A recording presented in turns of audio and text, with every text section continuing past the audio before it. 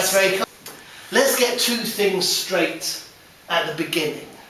Firstly, there are no optical illusions here, no tricks of perspective, no sleight of hand. This donkey is, in fact, very small.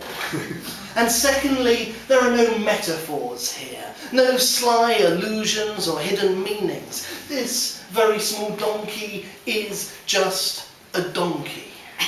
Sometimes the very small donkey wakes in a cold sweat in the middle of the night, one hoof clutching to its chest, eyes staring into the darkness, the horror of its nightmare imprinted onto the backs of its eyelids. There is only one thing that this very small donkey fears, and it is that unseen the end nears.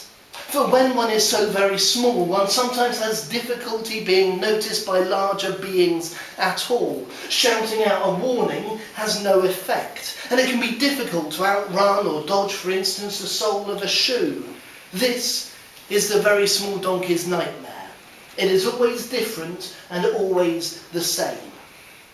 The foot of a man descends from above. The foot of a ram, the beak of a dove, the hoof of a goat, the paw of a cat, the foot of a toad, the foot of a rat, the foot of a dog, the foot of a rook, the foot of a frog, the slam of the book, the nibble of mice, the flat-footed goose, the insidious lice, the lumberjack spruce, the caw of a crow on a raider bullsack, herons and horses and gerbils and yak, the talons of pelicans, eagles or fowls, robins and magpies and various fowls, steel of the stoat, the grunt of a pig, to be eaten by that would just be infradig, to be chewed with the cud, to be threshed with the wheat, to be eaten by starlings or swans or a sheep, the glint of a vole, the wink of a fox, to be scraped from the sole of some juvenile socks, the foot of an elephant, hippo or rhino, impressing this donkey into the lino, the opossum or aardvark, a lump of gruyere, the paw of the polar or grizzly bear, the foot of a penguin, or if it's hotter, the foot of an antelope, ermine or otter, a duck, other donkeys, asses and mules, albatross, guinea fowl and gallinules, to be smothered by slugs or, just better, snails, to be swallowed and filtered by squadrons of whales, the paw of a lion, the paw of a tiger, the jaw of the lynx, the hoof of a saiga, caribou, reindeer, elk, moose or boar. Pay little attention to what's on the floor or what's underfoot, unless it's a truffle or acorn or roughage or mushroom to snuffle.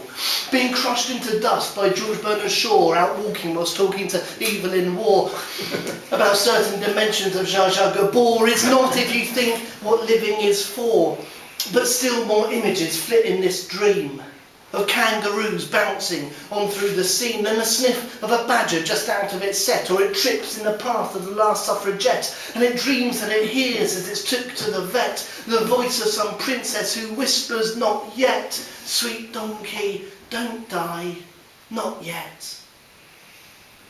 And the very small donkey lies woken in its barn and looks toward the rising sun which wearily warms the rafters, its breathing returning to normal after the sudden shock of waking, and it thinks to itself, being small has its ups and downs, but after all, love can conquer all divides, and one day, perhaps soon, it will be this very small donkey's turn to shine. Okay,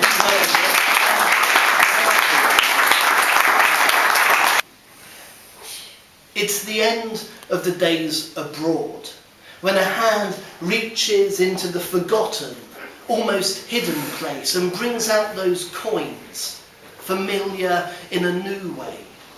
The Queen looks up at you, welcomes you back. It happens at the airport or somewhere else. You've forgotten the weight, the feel, and then you find your keys have grown strange too. What door will they open? Such a fresh place. Sometimes it's the best thing about being away, this return, as if you spent a week under a surgeon's knife, having new eyes and fingertips emplaced, a soul brush-up, a retimed pulse. Do you recognize yourself by these low hills? Do you hear their echo quietly ask who you are?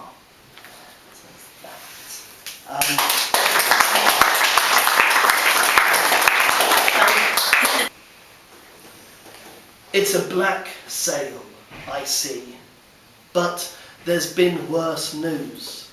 At least it travels slowly, sighs as the sun moves, and as the wind prevaricates on the waves. It might be the ship sinks before the shore, before sand sits firm beneath the butting prow. Even now there's time for news to not arrive.